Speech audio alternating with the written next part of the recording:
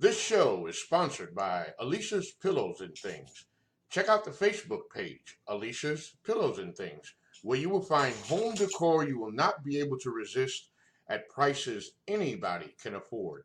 Check out the pillows and stools of your favorite sports teams. Maybe you want a set of your kid's favorite cartoon or movie character. You can also get full body and neck pillows as well. Log on to ngscsports.com and go to the Alicia's Pillows and Things tab on the homepage to complete your order. It makes a great gift for Christmas at an affordable price. NGSC Sports. We never stop. You're listening to NGSC Sports Radio. Hear us live on ngscsports.com, where you can get awesome analysis for all things sport. Or check out our podcasts on iHeartRadio, Spreaker, iTunes, TuneIn, and much more. For our latest videos, head to NGSC Sports YouTube channel.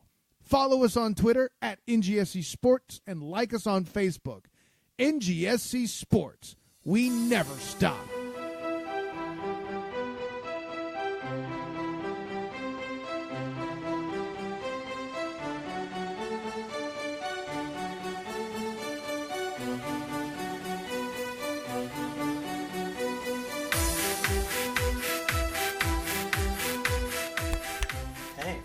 What's up, everyone? Hey, how's it going? Hey there. Hi. Welcome to episode 282 of the Foreign Affair podcast. My name is Edward Green, and I am not joined this time by my colleague in crime, Wes Bradshaw. I was about to say not joined as always, which I feel like could mean he never joins me, which is stupid. But no, so I changed it to, you just heard it. You know what I changed it to. So, welcome to the Foreign Affair podcast. A big show for you today. As mentioned, because Wes is not here, we'll be running quickly through the events of the week, as well as hitting some brief news and notes. We're gonna always make time for a U.S. soccer story about their battle with the women's team, because that's cool. So we'll definitely talk about that and a few other things as well.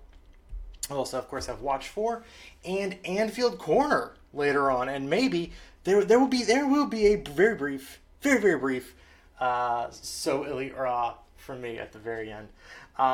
So as always, when we start the pod, I want to give a shout out to our presenters, NGSC Sports at ngscsports.com.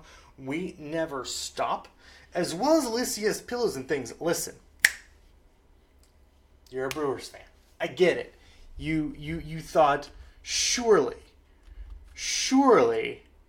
up 3-1 in the bottom of the eighth. Surely there is literally no way that serial chokers, the Washington Nationals, would be able to come back and beat us in a playoff series. Well, you were almost right. And then the most Washington National things happened to the Brewers, and they lost in the National League wild card playoff game.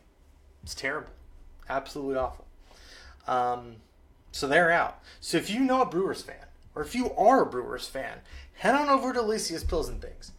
This has just turned into a what fan base is suffering right now that needs a body pillow that we need to send to shove towards Alicia's Pillows and Things.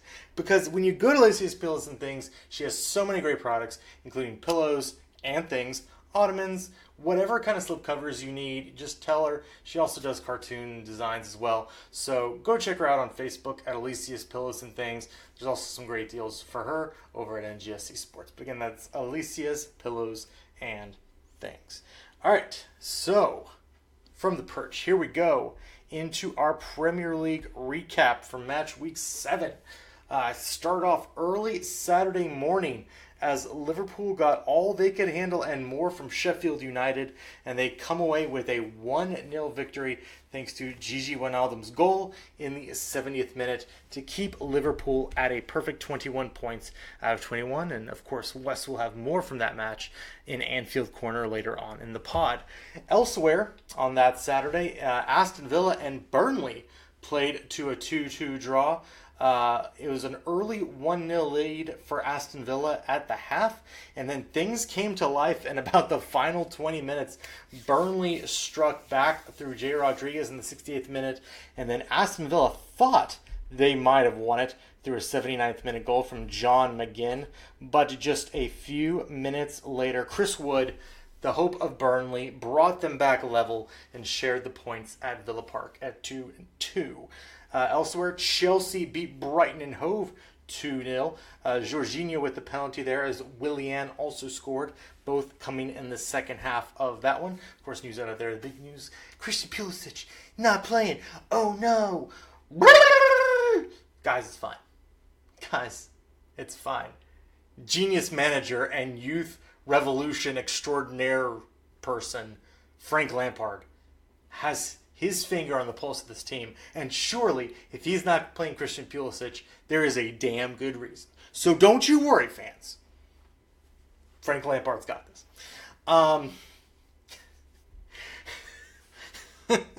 I feel so bad for Frank.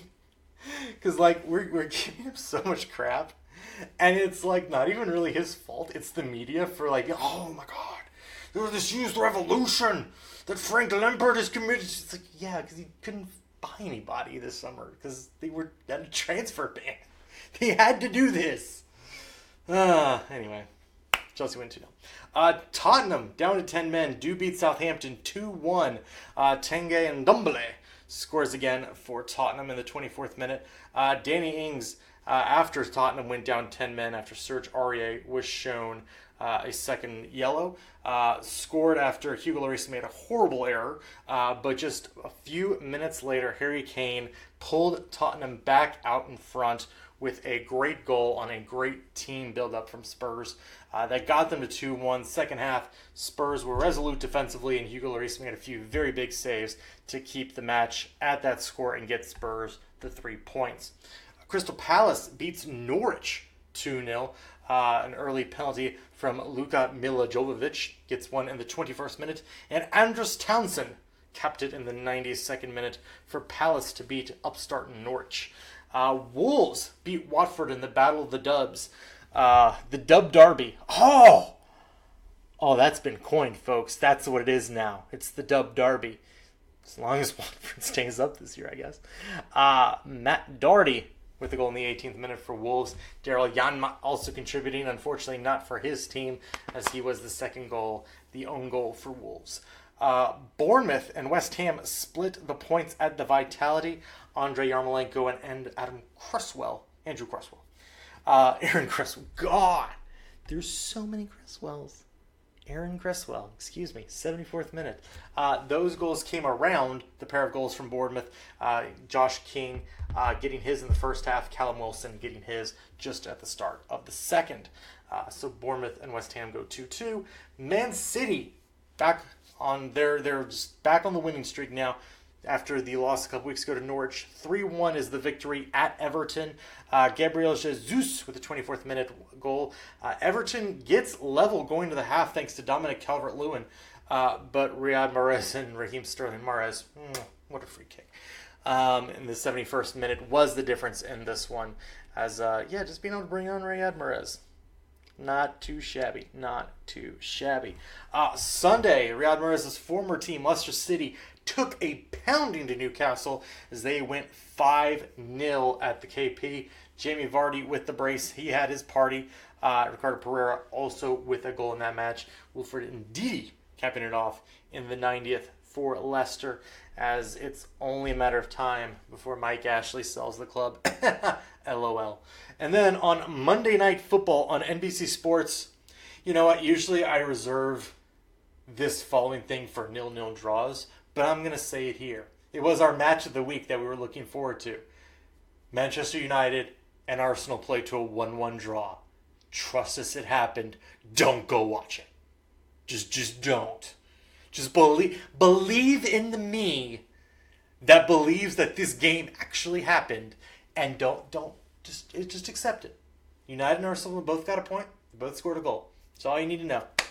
Moving right along. This was bad football. This is really bad football. It's the great English resurgence. It's happening, guys. I promise it's happening. Oops. So, as we look at the fixtures for this upcoming match week, I believe this is our final match week before, another international break. Hooray! But we do have some nice, tasty matches. 7:30 a.m. starts this Saturday. Brighton and Hove host Tottenham. Then at 10 a.m., match of the week, Liverpool versus Leicester. This is a actual big match now, especially with Liverpool coming off their bit of Champions League malaise that we'll get to in just a little bit. This is a huge match, especially with how hot Leicester is. Also at 10 a.m., Norwich versus Aston Villa, Watford versus Sheffield, Burnley versus Everton. Then at 12:30, marquee matchup, West Ham versus Palace. Oh yeah! On Sunday, you get at 9 a.m. Arsenal versus the Cherries, and also Man City versus Wolves, as well as Southampton versus Chelsea. Then 11:30, Newcastle tries to score more than one goal against Manchester United. So now as we take a look at the table, we see Liverpool still atop with a perfect 21 points. Man City 5 points behind them at 16. Leicester just behind them at 14. Arsenal and West Ham joint fourth with 12 points. And then it's Tottenham, Chelsea, Bournemouth, and Palace on 11. Those are the teams in double-digit points. At the bottom of your heart, the relegation zone, it's currently Norwich, who sits just outside of that relegation scrap with 6 points. At 5 points are both Aston Villa and Newcastle. And then in last place, still yet to pick up a win on the season, is Watford with just 2 points. The only other zeros in any column are obviously Liverpool, who have yet to draw or lose because they're perfect. And then Norwich have also not drawn a match this year. 2 wins, 5 losses, no draws. And that's currently keeping them up. Of course, that famous win, we call them famous wins, against Manchester City. So that is your Premier League wrap-up. Now we take you to the Champions League as we get into the group stage action. Second week of group stage play here. And there were some shocks and some craziness. None... I hate to say none bigger because this is... We'll get to another one in just a moment. But this one's pretty big. Real Madrid 2, Club Bruges 2 at the Bernabeu. Ramos and Casemiro coming back in the second half to save Real Madrid's asses against Bruges. 2-2 is the draw. It was an early brace from Emmanuel Dennis of Bruges that gave the Belgian side so much hope that if they had won this match, would have been clear second place in the group. Instead, they currently sit at 2 points after also drawing with Galatasaray in the opening week. On the other side, Paris Saint-Germain gets a 52-minute goal from Mauro Icardi to win in Istanbul against Galatasaray. So Group A is now PSG at the top with a perfect 6 points, Club Bruges in second with 2, and Galatasaray and Real Madrid both with a point. Real Madrid is in last place due to goal differential. Holy shit. Real Madrid is in last place in the group. Now, well, I wanted to say their 2 toughest tests are behind them, but I don't think Club Bruges at home was one of their 2 toughest matchups. So they still get PSG at home, but they got to go to Galatasaray. If they don't win at Galatasaray, oh boy, that group gets fun. Anyway. So, Group B, also a little bit shocking. Bayern Munich pounds Tottenham 7-2. It was actually pretty close going into the half. Just 2-1 after Robert Lewandowski's halftime strike was the second of back-to-back goals from Bayern after Heung-min Son's opening goal in the 12th minute. But as good as Tottenham looked in the first half, they looked equally bad in the second, shipping 5 goals to Bayern. Harry Kane's penalty, the only goal Tottenham could come back with. That made it 4-2 at the time. But Bayern do get all 3 points at New Tottenham Hotspur Stadium. Elsewhere, Red Star Belgrade beats Olympiacos 3-1 to go second in the group. 3 second half goals is the difference there as Olympiacos squanders a 1-0 lead there. So the group is Bayern atop with 6 points, Red Star with 3, Tottenham and Olympiacos both at 1 point, but Tottenham, due to away goals with Olympiacos, is currently in third place. In Group C, Man City with a comfortable 2-0 victory over Dinamo Zagreb with 2 second-half goals. One from Raheem the Dream Sterling, the other from Phil. Please send me on loan so I can play some more Foden. His goal in the dying seconds of the match gets them the 2-0 scoreline. Shakhtar beats Atalanta in Italy 2-1 to get their first points of the group stage. They get the 3 points there, which puts Man City atop the group alone at 6 points. Dynamo and Shakhtar level at 3, and Atalanta currently without a point after falling to Dynamo earlier in the group stage. Group D, very tight group here. Atletico Madrid gets a 2-0 victory over Lokomotiv with a pair of second-half goals, one coming in the 40th minute from João Felix, the second one coming from Thomas Tea Party. Sure. That's terrible. Everyone delete that from their memories. Atletico Madrid wins 2-0 over in Russia.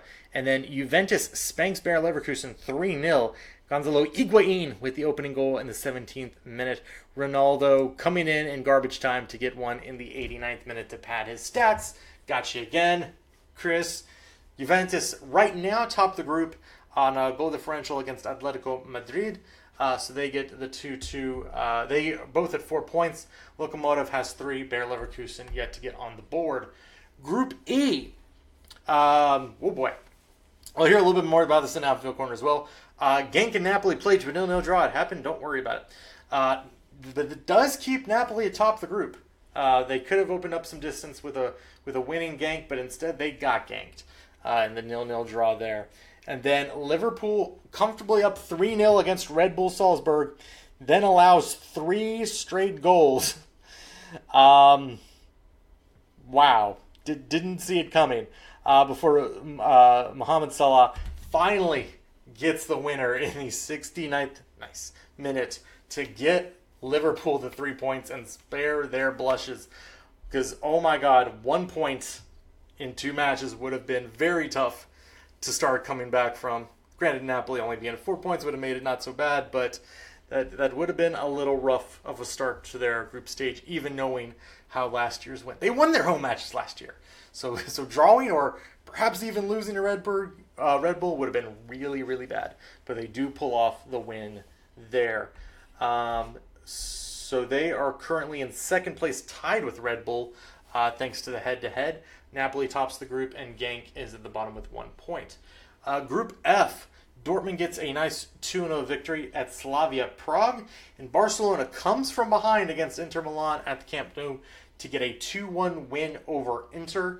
Inter currently bottom of the group with 1 point, along with Slavia Prague.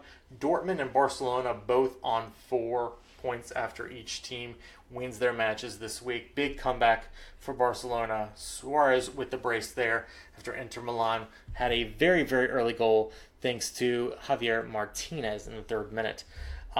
Group G, Lyon with a 2-0 win over Red Bull Leipzig in Germany. Remember Memphis Depay, everyone? Lyon does. He gets the goal in the 11th minute there to kickstart Lyon into a 3-point game. Then Zenit wins 3-1 at home against Benfica to push them up to the top of the group, joint on points with Lyon. Red Bull Leipzig right now at 3 points, and Benfica currently at the bottom with 0. Finally, in Group H, Ajax 3-0 comfortable win at Valencia. They get the big win there to see them go to the top of the table in Group H. And Chelsea needs a late Willian goal to beat Lille in France 2-1. Tammy Abraham also with a goal in that match. But it gets Chelsea their first points of the group stage as they get to 3 points. They're now in 3rd place, joint on points with Valencia. Lille still at 0 and Ajax at 6. So that is your Champions League update. Next matches will be the last week of October.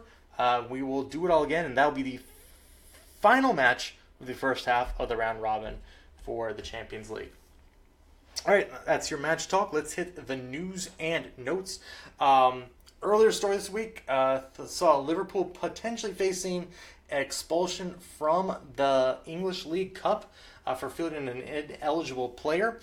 Pedro Chirivella, some paperwork didn't get done right after he came back from loan in Spain. All that happened was a fine. It's fine. The Athletic had the story. They broke it. All that ended up happening was a fine. Liverpool will not be expelled from the League Cup, whose sponsor I will not name. Somebody not getting away with just a fine, although I guess he is getting away with just a fine.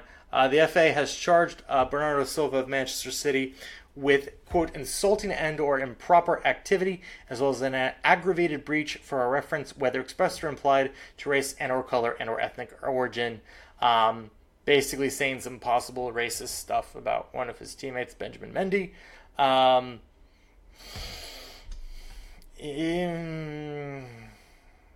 then doing the very nice apology. Can't even joke with a friend these days, guys. You guys, very, very. Anyway, what are you doing to me, Europe? What are you doing to me? Just remember, if you would look, if I like to joke about Wes, let's say I liked to make fun of, I don't know, his choice of hats. I just go with me on this, folks. If I gave Wes a ton of shit for the hats he wears, which I don't, but whatever. If I did, and we did it between ourselves, okay, whatever. Grow up, but okay, whatever. If I just started shouting it randomly in public, people would be like, dude, what the fuck are you doing? Why are you just randomly being an asshole? Now, take that, where I'm making fun of him for his hats, and now put in the context of race. And you start to see why this could be a problem. Because it's like, if you want to joke with your friend, again, grow the fuck up. Because nobody should really be joking about race at this point. But if that's what you guys want to do, that's fine if you guys are doing it private. When you're broadcasting that to everyone, it looks really bad. So own it. Don't just half apologize. Actually apologize for it. Because, again, it looks really bad. And own it. So, good for the FA for charging him. Always destroy Manchester City. That's what we say. And finally, guys, I'm going to get down. I've been standing the entire time because I don't have a chair in my office right now. So I've been staying up doing this podcast. And it actually felt really good. But I'm going to get down on my knees here real quick because I want to get really close to the mic. Not to do ASMR again. I'm not doing that. But here's guys, come here. U.S. soccer. Please stop. Please. Like, stop being petty. Like, stop arguing that because a couple of the women's players were paid more than the highest paid player, which, again, after last week's story about you guys using bad reports, I don't know if I should believe you now. You know?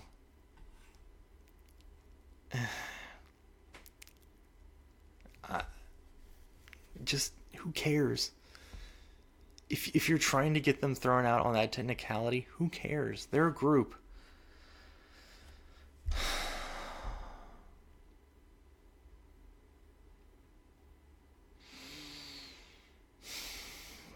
They're claiming that they're higher paid, and it's only because that they played more matches because the men didn't actually make the World Cup. Think about that. You're basically saying you got paid more because the men played less matches and got paid less. If that's your argument, that's so bad. That's so bad, guys. Stop. Please stop. Just pay them. It's not that hard. Okay. And that's it for news and notes. I can't believe this story is still going. All right. Watch for, what are we watching in the week that was or the week that will be? Hey, guess what? Fall TV's back. The Good Place is back. Great first episode to start its final season of season 4. Superstore's back, looking awesome. Sunnyside started its series. Haven't watched the series premiere yet. Sure, it's great. What else? Oh yeah, Worlds. Worlds is here, baby. This is like I guess a little what from the past. Yeah, Worlds is starting over in Europe. Go Clutch. Go Clutch. We're all Clutch fans. Woo, go Clutch. And then we become Cloud9 fans when we get to group stage. But right now we're Clutch fans. Woo, go Hooney. It's Tanner time. Yeah, Tanner time. So, I might have just done that to get a name for this podcast, which I think I just did. It's Tanner time, baby. So, you know what else time it is? It's time for So Elite Raw. Ha! Fooled you. You all thought it was time for Anfield Corner. No, So Elite Raw. Dio, man. Brennan Williams. Dude, God bless, man. From a football player at the University of North Carolina to trying to make it in the NFL to trying now to make it as a career as a wrestler and to, after a few short years that almost, I guess, about the length of this podcast almost, maybe a little less, now has become part of the broadcast team for Monday Night Raw. Seriously, dude, congratulations to Brendan Williams, a.k.a. Dio Madden. Keep making anime real, man. Keep making anime real. Anybody that can tell Jerry Lawler what LARPing is on broadcast, oh, it's great. Chef's kiss. And with that, we now throw it over to Wes Bradshaw. Wes Bradshaw. Oh boy. Wes Bradshaw for Anfield Corner. Wes, please take it away. Hey guys, this is Wes Bradshaw coming to you with this week's edition of Anfield Corner. Edward Green holding it down in the plush Foreign Affair podcast studios. I am on the road, making things happen, moving, shaking, all those things. Not having a seizure though, just, doing those mover and shaker things. Alright guys, so this week's Anfield Corner, 2 matches played by the Mighty Reds, those 6-time champions of Europe.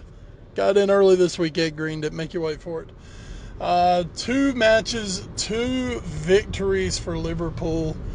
The first one coming in Premier League, played the early match on Saturday, which is never a favorite of Jurgen Klopp. And one of the reasons we kind of see why. A 1-0 win at Bramall Lane over a very hard-nosed Sheffield United. The Reds showed up ready for a street fight, and they absolutely got one. Sheffield shut down those wide ports that Liverpool like to expose. They made us play the deep ball. They want us to go over top, have to throw balls into the box. And what did they have in there? They had 2 freaking center defenders who were like about 6'12" each. And just crazy shit going all the way around there. Gini Wijnaldum finding a winner somewhat late in that match, and it came off a fortuitous bouncing off the hands of Dean Henderson, the Manchester United on loan goalkeeper, who had a pretty darn good day thus far. Has had a pretty darn good season for Sheffield United as a really good young English keeper. But his luck ran out. A pretty well struck Wijnaldum ball hits his hand, sneaks under him for the goal.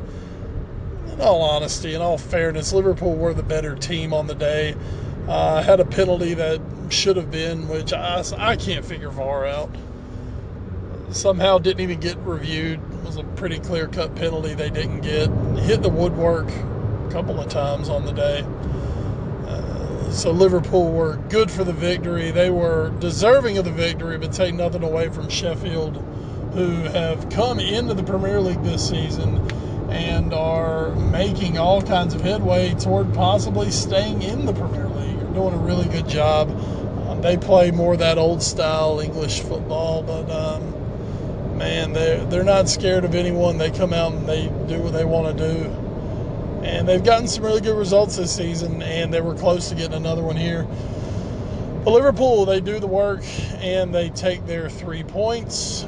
And now one more match before the international break, and they host the 3rd place team in the Premier League, the Foxes of Leicester City.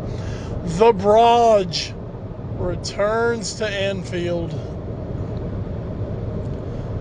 And I mean, that's a pretty freaking huge match at this point of the season. Shy of Liverpool and Manchester City, that's about as good as it's getting right now. Liverpool hosting Leicester. Leicester trying to be the first team to take points off Liverpool this season. Of course, Fortress Anfield in full effect. Continued into the European campaign, as we'll talk about in a moment. But end of the day, man, they got it done. Liverpool will get the job done on the road, and they will now host Leicester. Excuse me. On, I believe it's Saturday. Yeah, Saturday. The 5th. They'll host Leicester and try to keep that unbeaten streak going into the international break. As far as Europe, Liverpool found themselves one match into their European campaign with no points after the opening fixture loss to Napoli. So they come home and Salzburg is standing there, and as a Liverpool fan, all right, we're feeling confident. Here we go, Salzburg, it's okay. And for about the first 30 minutes of that match, everything was ticking right on schedule. Liverpool found themselves 3-0 up and were absolutely good for every goal and probably could have had a couple of more. And then just before the half, I believe about the 39-minute mark, Salzburg find a goal. Okay, still everything's all right. We're a second-half team anyway. And then, holy shit, for about 20 minutes of the second half, everything completely falls apart. And the next thing you know, Salzburg have knotted this match at 3-3. And you're thinking, wait a minute, this is Anfield. This is Europe. This is what we're supposed to, this is where we have made our name, especially under Jurgen Klopp. Oh, man, crazy shit's going down. I texted Ed Green and said, man, what the hell is going on at Anfield? And not long after I did that, Mohamed Salah completed his brace, and Liverpool escaped with an intensely entertaining 4-3 win over Salzburg. Well, let's not get it twisted. Liverpool were the better team on the day. Salzburg had that little run in there. And in honesty, it looked like I feel Liverpool pulled their foot off the gas up 3-0, thinking it was job done. And a team like Salzburg, with the attacking talent they have, with the no-fear system that their American coach Jesse Marsch has instilled into them, I mean, this is a good football team, and they showed it on the day. They got it to 3-3. As we said, though, Salah with the brace, unable to, and Salzburg were unable to finish off the Reds, and Liverpool get their first victory in the Champions League for this campaign. It was, I believe, the 100th Champions League European Cup / match that's been played at Anfield, and on the anniversary of the 100th one, Liverpool are able to find the victory. And couple that with Gink, however you want to say it. I think they're going with Gink, so I'll go with that. I thought I was being very continental and calling them Gink, but apparently it's Gink. Man, they took a 1-1 draw off of Napoli, so Napoli with a chance to, pretty much firmly control this group. Instead, now open it right back up as they sit at the top with 4 points. Salzburg on goal differential actually sit above Liverpool in the head-to-head. Of course, Liverpool have that advantage now over Salzburg. But both those on 3 points, and Genk sitting on a point. Liverpool's next 2 European matches will be the away and home fixture against Genk before they welcome Napoli at home, and then end the campaign with a trip to Salzburg, which hopefully by the time we go to Salzburg, Liverpool will have a spot in the knockout round wrapped up. So I'm just going to tell you, the way that Salzburg played, came to Anfield and played and showed the cojones that they showed. I don't really want to have to go into Salzburg having to get a win on the last day of the Champions League campaign. So, Anyway, as we said, Liverpool-Leicester this weekend. That's going to be your marquee Premier League matchup. And then the dreaded international break. Ugh. Anyway, folks, I'll be back with Ed next week. We'll discuss this weekend's Premier League slate. We'll see what happened. We will see if anything crazy is going on in the international break. But that's going to about do it for my footy talk. That's going to do it for Anfield Corner. But stick around because, oh my God, we have a So Elite Raw coming up. And folks, we bring it back because I promised you guys with the debut on TNT of All Elite Wrestling that I'm going to do my best. I'm going to get back into it, folks. And this is how I can start off this week. All Elite Wrestling debuted on TNT. The band was there. It was like opening my eyes to the 80s. You had a Rhodes in Cody. You had Jim Ross. You had Tony Schiavone. Oh my God, it was like my childhood was coming back, except for the fact that Cody Rhodes, who may facially somewhat favor his father, the legendary American Dream, he has a six-pack and looks like $1 million, where the American Dream looked more like $10. But by God, he was the Dream, baby. And that was all that mattered at the end of the day for him. All Elite Wrestling, they started off with a Cody Rhodes match. It was a really good match. I believe the young man, I'm not looking at anything right now, was Justin Guevara. Kind of one of those slick flyers. Showed a little panache, I guess the word I'll use. Cody Rhodes ends up beating him at the end.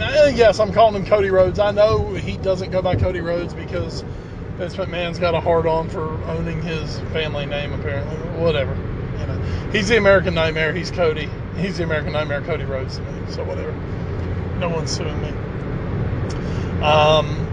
Cody gets the win. He is attacked after the match by the AEW champion Chris Jericho.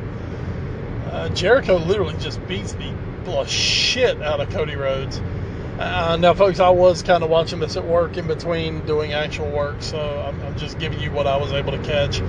But that's obviously a feud that's going to continue, and a feud that has started off as Jericho has had all kinds of problems with the kind of the four founding members of All Elite Wrestling, that being Rhodes, the Bucks, and of course Kenny Omega. We'll get to that a little later. I didn't even see who won the Big Pac Hangman Page match, but from what I was watching of that was a really well played match, really well done. I can't even give you the winner, folks. I turned my head for a couple minutes, came back, and they were in commercial, and it was over. I did a little flipping back and forth between NXT, which has gone to 2 hours now on Wednesday nights. It is a head-to-head. This is the Wednesday Night War, NXT versus AEW. I'm going to have to start setting my DVR for these two and go back and give you guys a little bit each week. I can tell you on that we had returns and debuts on both. At the end of the night, the main event on AEW was a six-man tag between Chris Jericho and he had two mystery partners who turned out to be, I know one of them's name was Santana and the other was another Hispanic name. They're a Hispanic tag team. And they took on the Elite, that being the Young Bucks and Kenny Omega. While I was once again working, because the lines don't stop ringing just because I'm watching All Elite Wrestling. While it was going on, I looked up all of a sudden and I noticed Kenny Omega had gotten backstage and was attacked by Jon Moxley, the former Dean Ambrose.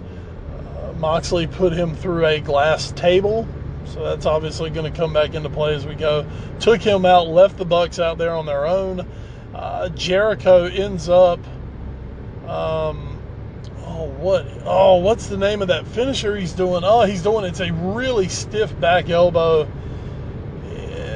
It's the Judas something. Don't hit me, folks. I've been up for like 17 straight hours. I'm very tired. I'm just going off memory right now. The Judas Project, something like that. I can't remember, but it is a sweet-ass back elbow. He drops one of the Jackson brothers. They get the pin. Cody Rhodes comes out. tries to go in on Jericho. Justin Guevara comes out, low blows Cody Rhodes. Former Gold Dust Dustin Runnels comes out, helps clear the ring, tries to clear the ring, low blows Guevara. And then all of a sudden, out of the crowd comes Jake Hager, the former Jack Swagger. Jake Hager, now in Bellator, is an undefeated MMA guy. He shows up out of the crowd, absolutely demolishes Cody, Dustin, and both the Young Bucks. They leave them laying. They put Dustin through a table. So at the end of the night, it's Jericho, it's Santana, and the other guy. It is Guevara, it is Hager, and in the back, it's John Moxley. They stand tall as the founders of AEW. Cody, the Bucks, Omega, they're left in a heap at the end of the night. So a hot finish to end the first week of AEW. I flip over to NXT and give it to USA, give it to WWE. They're playing the game early. They got 9 minutes of allotted extra time apparently from USA. And we had a tag team title match going. The NXT tag titles were on the line. The Street Profits were taking on the title holders. Bobby Fish, Kyle O'Reilly, Undisputed Era. I was once again half watching as I was working. Undisputed Era ended up retaining their tag titles with the help of Roddy Strong. And as I turn back about a minute later, I look and I see who else? Adam Cole, baby, your NXT champion, standing at the top of the ramp with his belt when all of a sudden music hits. The returning Tommaso Ciampa comes down, gets in the face of Adam Cole. They have a stare down. Holy shit, Tommaso Ciampa is one of the scariest human beings just looking at the guy. He is all veins, bald head and beard, and just crazy eyes. The dude is just, this is a dude that if you met him in a bar and you accidentally hit on his girlfriend or something, it would be one of the worst mistakes of your life. This guy's a legitimate badass. He and Adam Cole have a stare down. Of course, we all know what I think about Adam Cole. I think he is the future. He's fantastic. And you know what, folks? The future may be NXT on Wednesday nights. Finn Balor returned to NXT on this. Is he going to be part of Brand Yellow? That's awesome. If so, NXT is becoming an absolute must-see show on Wednesday nights now. Is it basically going to be a full-on third brand? If that's what it's going to be, man, golly, it's a great show. It is such a good show. Going to 2 hours, we'll see how it works, but I think they're going to be fine with it. They've got really good creative team in NXT. And not only that, folks, to top off what is just basically a week of wrestling nirvana for wrestling nerds everywhere, SmackDown Live is debuting Friday night on the Fox Network. And who's going to be there? None other than the guy who basically gave the name to SmackDown originally, The Rock himself, the most electrifying man in sports entertainment. He has said that he will be there. In what capacity? Who knows with The Rock? But you can guarantee somebody's probably going to get some shit taught to him, and somebody's going to get dropped before it's all said and done. Because, by God, it's The Rock. So, check it out. That one's still to come this week. You can check out SmackDown Live on Fox Friday night, 8 o'clock. Holy crap, what a week of wrestling, folks. I'm working. I'm working for you people at home. I'm working for you to try to get my wrestling back here. Once again, give me until November. Give me into November, and I'm going to get back for you guys, and I'm going to have it for you. And it's going to be great. I'm excited. And I haven't said that in a long time about wrestling. All right, folks, that's going to wrap up this week's So Elite Raw. Oh, yeah, Brock Lesnar just absolutely demolished Rey Mysterio's life on Raw Monday night. So, yeah, a lot happened on Raw. So folks, we're going to get back into it. We're going to take this journey together. Wrestling's back. Football never leaves. Oh, my goodness, folks, it's a great time of the year. Apparently, it's going to get cool around here. Baseball playoffs are set. College football's in full swing. High school football's in full swing. It's my bye week for high school football. So much. I love it. I'm excited. I love you guys. I'll see you next week. Up the Reds. You'll never walk alone. Thank you so much, Wes. Wes will be back next week. And we'll be back with another edition of the Foreign Fair podcast, but this one is about to wrap up. Once again, thank you to NGSC Sports, as well as Alicia's Pillows and Things. You can find them on the social media, as well as us as a collective on Twitter. We are at AFA Pod. I am at Edward Green. He's at Wes Bradshaw 21. You can also find us on Facebook, Instagram, and YouTube via our parent show, The All New Sports Show. You can email us at allnewsportshow@gmail.com. Special thanks to our podcast providers, including Podbean.com, Stitcher, Spreaker, iHeartRadio, the TuneIn Radio app, Google Play Music, and the iTunes Music Store. So like I said, we'll be back next week to talk about the latest happenings in the Premier League, and of course break down that big matchup between Liverpool and Leicester. Then again, last time we called the match of the week, it was United versus Arsenal, and we never speak of that again. So, as usual, when we call match of the week, happened last year, happened the year before that. So I'm sure this will actually end up disappointing. But, for now, we can hope that it will be El Clásico. So until then, we catch you guys next week on the Foreign Fair podcast. As always, stay safe and enjoy the football. Good night, everyone.